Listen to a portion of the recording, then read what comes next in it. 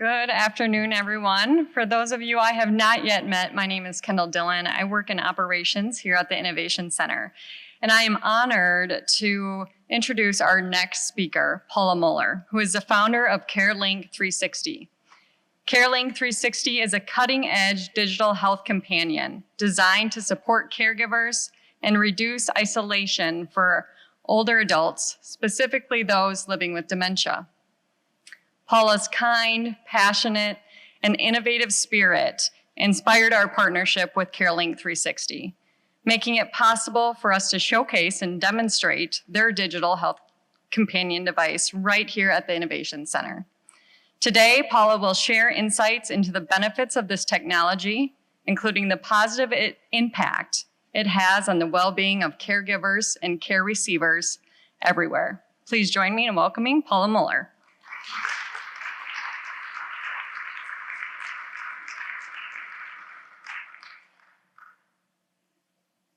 Thank you, Kendall, and thank you, Kathy, and thank you, team, everyone, for having me here.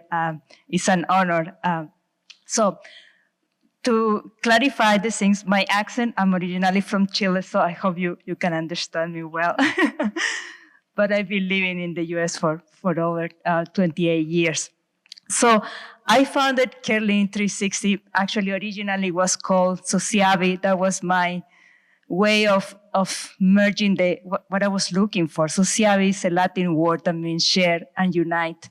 And that was really the original motivation. How can I bridge the gap, the technology gap that I was observing between older adults and the rest and the younger generations, that they are all using smartphones, but many of our older adults feel that technology is intimidating, and at the end of the day, they are becoming more lonely and isolated. So thank you, Dr. Noble, for bringing the topic of loneliness and isolation that is at the heart of what I start developing.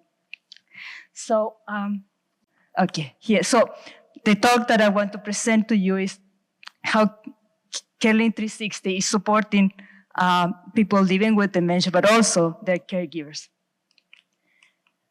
And I'm going to start with the argument about non-pharmacological interventions. There is a lot of studies that suggest that the proper care for people living with dementia is a combination of pharmacological and non-pharmacological interventions, where the non-pharmacological one should be chosen as the first line of care. However, this is a practice that is not normally used in long-term care settings or even at home. And the reasons for that are multiple, but one of them is that it requires more dedication, more staff, educated staff, but also that in long-term care, most of the time is a task-oriented approach rather than a person-centric approach. However, there is a lot of benefits. So if we consider behavioral symptoms associated with dementia can be very challenging, and not only for the person experiencing them, but also for their family caregivers and for their caregivers.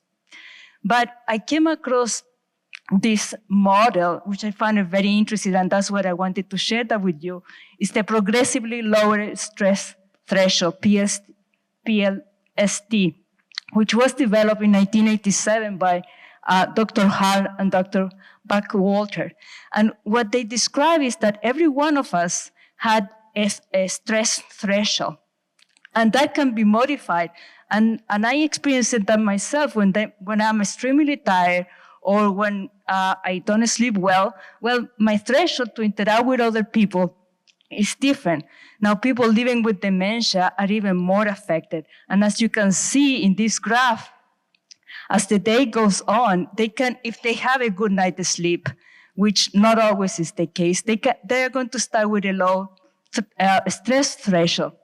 But as the day goes up, and if we're not managing their stimulation and their rest, it's going to go and keep increasing and going to the level of anxious behavior, and it may even go above that anxious behavior, going into a dysfunctional behavioral area where it really becomes very challenging for their family caregivers or caregivers to help them. And so What about, and that's what the model says, what about if we plan the day, the activities, in a pattern that allowed us to provide the appropriate stress,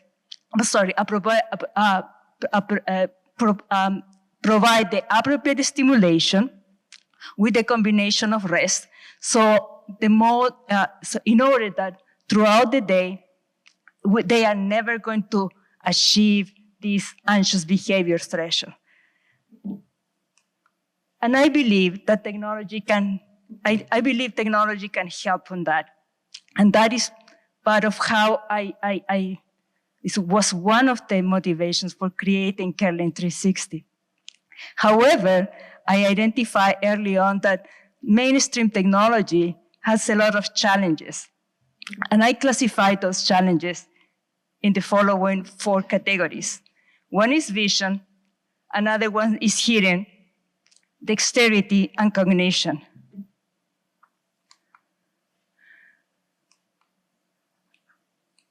Okay.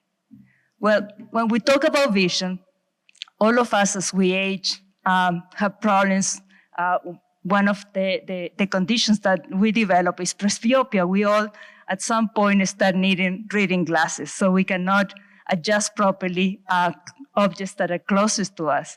Then there are other diseases like cataract or macular degeneration that make it very hard for us to observe and distinct contrast and things like that. And then we have other syndromes that can cause some form of hallucination of some patterns, some stripes or dots that come on our periphery, which are not related. It could mimic the concept of hallucination, but they are not related with dementia. Now, okay. Now, if we consider dementia, well, the problem is not that our eyes are not working properly, but it's how we are processing the visual information. And at that point, it can be very hard that we distinguish contrast, identify form, spatial relationship are difficult. So as you see, as we age, we have challenges with vision. So we have to start thinking, how are we going to adapt our technology in order that it can be presented in the proper way that our older adults can properly identify, recognize, and use the visual information that they are receiving. Now we have problems with hearing, and that is so prevalent. We have in the US that 1 in 3 persons aged 65 to 75 had some problems with hearing. And then 50% of older adults, 75 and older, had difficulty with hearing. And it's also true, it's so challenging that sometimes people recognize that they have hearing problems and they don't get the proper diagnosis and the proper hearing aids, and with a series of consequences. So how we can adapt our technologies again to address that issue. When it comes to dexterity, this was a very interesting study that I found in the UK. 5.6 million persons found that all this new technology is very cumbersome for them to use.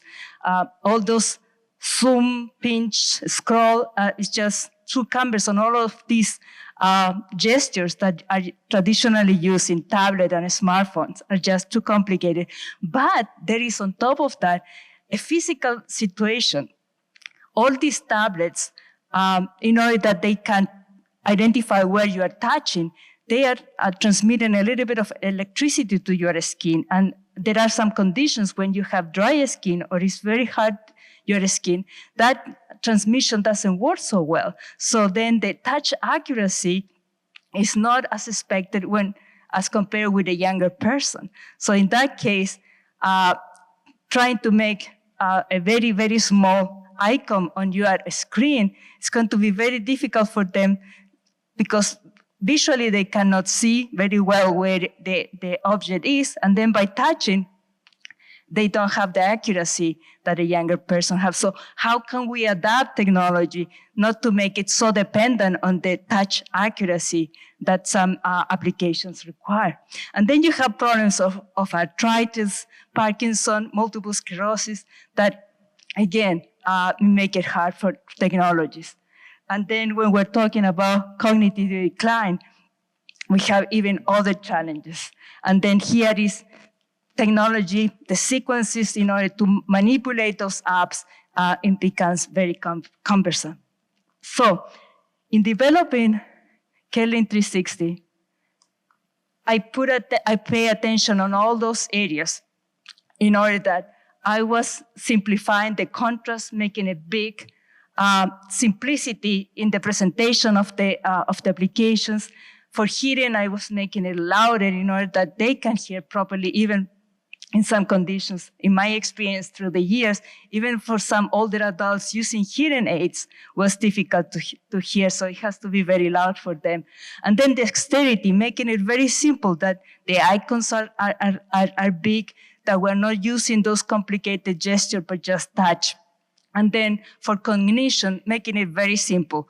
It's a self-contained device, no apps to choose from, no username, no password, and very, very simplicity was really the cornerstone of what I developed. So what is the Kerlin 360 ecosystem? It consists of three elements. On one hand is this large device that is what the older adult receives, that we call the digital health companion, and it's a big screen. And purposely, I developed it in the shape that it looks like a picture frame and not a computer. Because in my experience, when I was showing a tablet or a smartphone to an older adult, immediately they were thinking, oh, it's something that I have to learn, and I'm not up for that. So it has to be extremely, really the picture frame is with the pictures of the family, that is the selling point, and no more questions after that. Then the families are the ones that do most of the work, and the healthcare teams, because they install an app. We all carry those smartphones, so installing an app is not a big thing. So from the app, we can really stream a lot of information, and that's how we make the connection.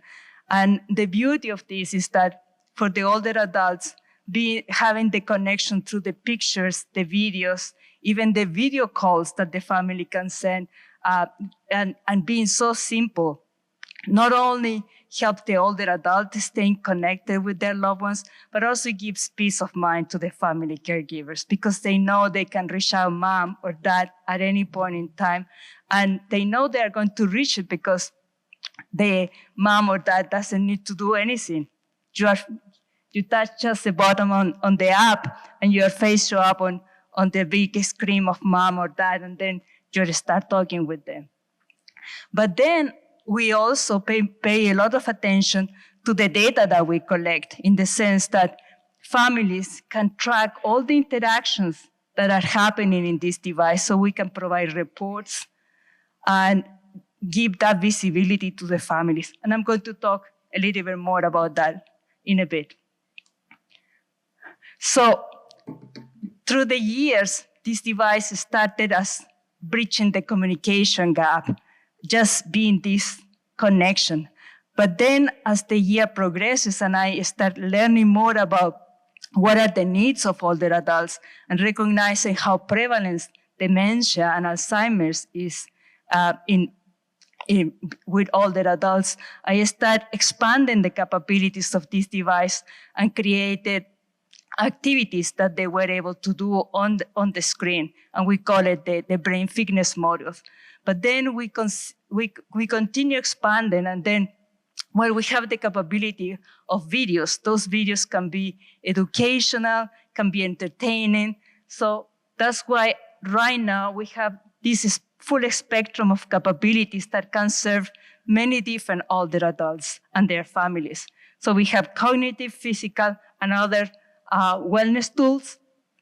We have health and wellness education. We call virtual social therapy, which are the video chats that allows them to stay connected inspired, what I learned is that when you have a virtual communication with an older adult, it's not just the exchange of information. It's really a connection that fulfills them and makes them feel happy and well. Even after you hang up and you're not talking with them, that good feeling remains. So it's not just that instant communication, but it's therapeutical for them as well, and for you. It makes you feel good that you reach out to your loved one. And then we have medications, alerts, and other reminders. And then, as I was talking before, we are tracking all that information, all the interaction, and we can have our data analytics. So we have, so I'm just very quickly, and I'm going in the wrong direction, but I'm going to very quickly, we have,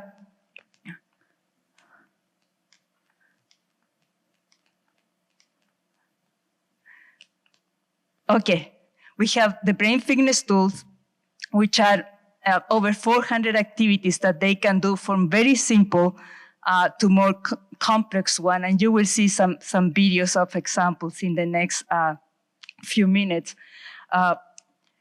We also have,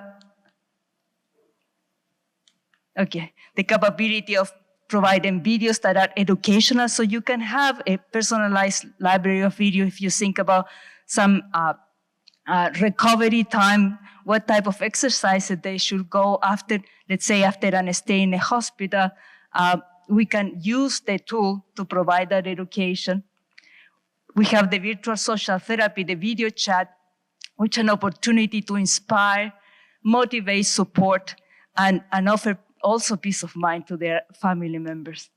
We have all the reminders, the health, the exercises, whatever you want to remind your loved ones, and the data analytics. So let me explain you how everything works together when I'm just mentioning.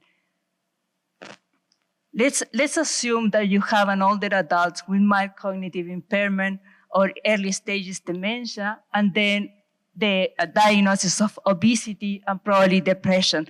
So then we assess all those conditions, and you can create what we call a care plan, meaning what reminders you're going to offer them, at what time. We can also offer well-being, what we call well-being checkups. What it means is that you can ask them, how did you sleep last night, or how is your day going? And they can answer with a happy face, a neutral face, or a sad face, and you get an alert immediately when they respond. So in that case, you are, as you see here, your daily plan will be, for example, at 8:15, you're going to ask them, how did you sleep last night? Then you have reminders for work, reminders for medication. You can even schedule when a particular video will be start playing on the device. It could be something, a music that they like. For example, if they grew up in Ireland and they like to reminisce with that music, you can schedule and that can start playing at a particular time.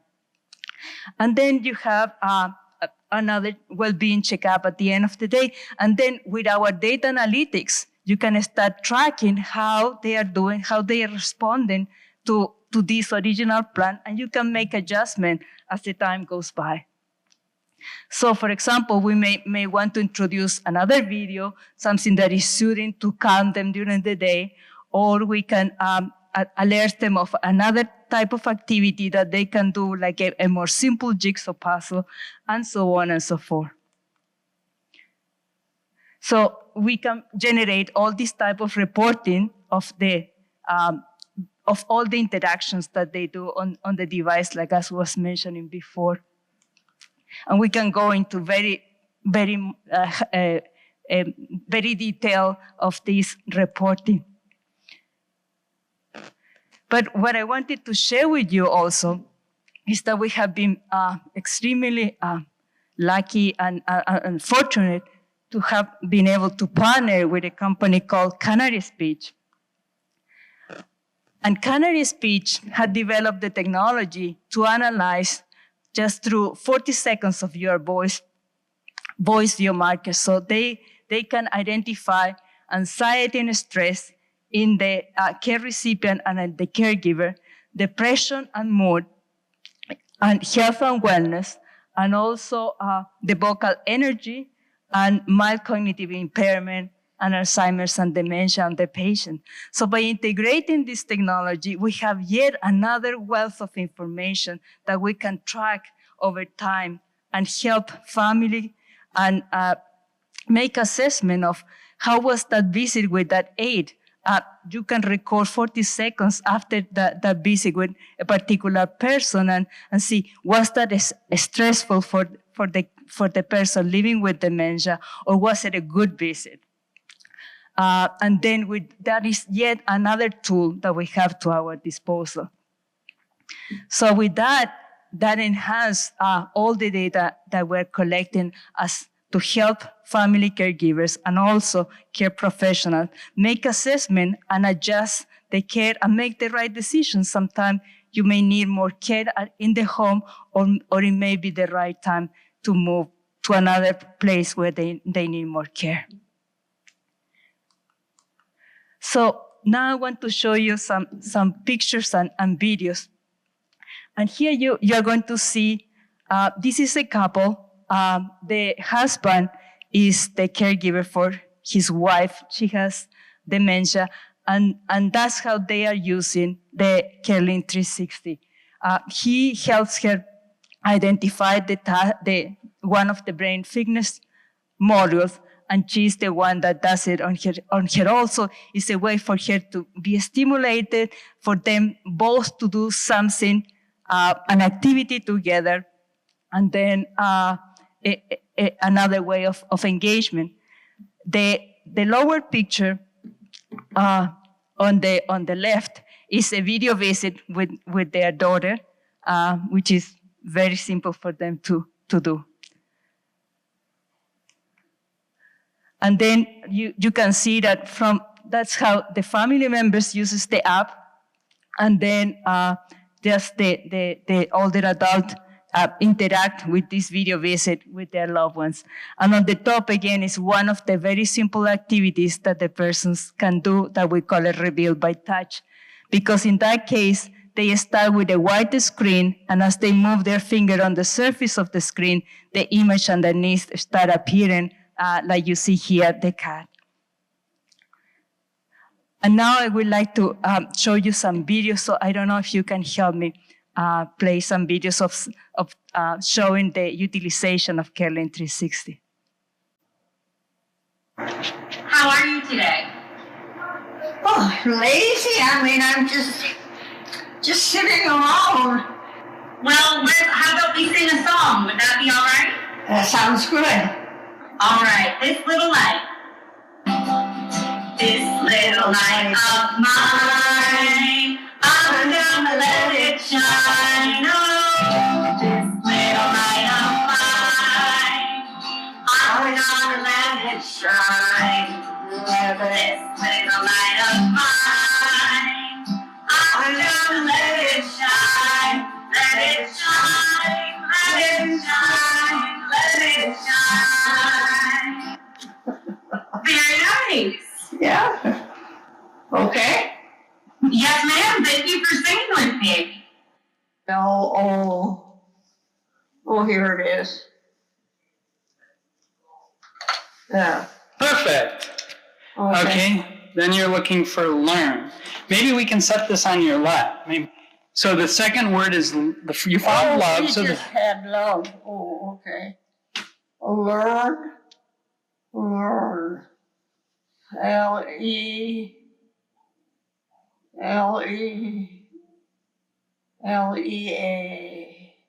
just do is There. there. Okay. Where got that? Aunt. A-U-N-T. A-U.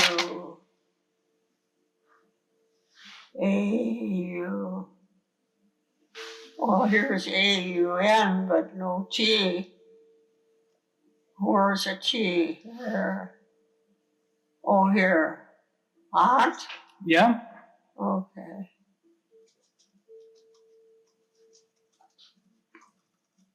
Oh, aunt. Wife. I am a wife.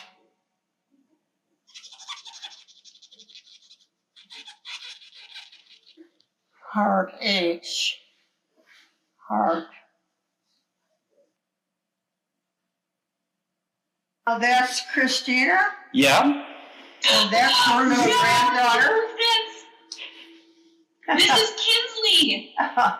Kinsley, your great granddaughter. Kinsley, do you remember talking to great grandma? Do you remember singing her some songs? Yeah, we get to talk to her. Isn't she beautiful? She's such a beautiful great grandma, isn't she? Hi, sweetie. Hi, little sweetie. What songs were we singing? Jingle bells. Jingle bells. Can you sing Jingle Bells? Maybe great grandma can sing with you. Jingle bells, jingle bells. See, she's singing it. Jingle all the way. Can we ring our bells? We're ringing our bells. Grandma, can you ring your bell? See, she's ringing her bell too. Jingle bells, jingle all the way. Oh, what is to ride in a horse open sleigh. Do you have any other songs? No. Should we say goodbye to great grandma? No. No, you don't want to say goodbye. Sure. Grandma, I love you. I love you. Mary, you want to say goodbye? Bye bye. Oh, there's a nice puppy. Yes. Grandma loves the puppy. You love seeing the You puppy. got a nice Bye. Oh, bye, Grandma. Love you. Bye bye. It's blue. Mm-hmm. The sky is blue. Beautiful blue, right? Yes. Yes. Yes. Yes. Yes. Yes. Ella. Bravo. Bravo. Bravissimo. Nadia. And where's number 4? Oh. Could you read that to me? Which one? All these The whole words. thing? Mhm. Yeah. Read that to me. Good. Oh, leave that to No, me. read. There is no greater love than a mother's love. Yeah. You keep going.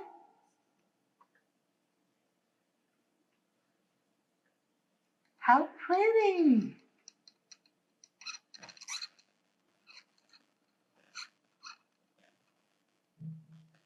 Look at all the colors. Look at all the colors. Yeah. You saw a video visit, a music therapy, a word search, and several of the other simple brain activities. Thank you so much.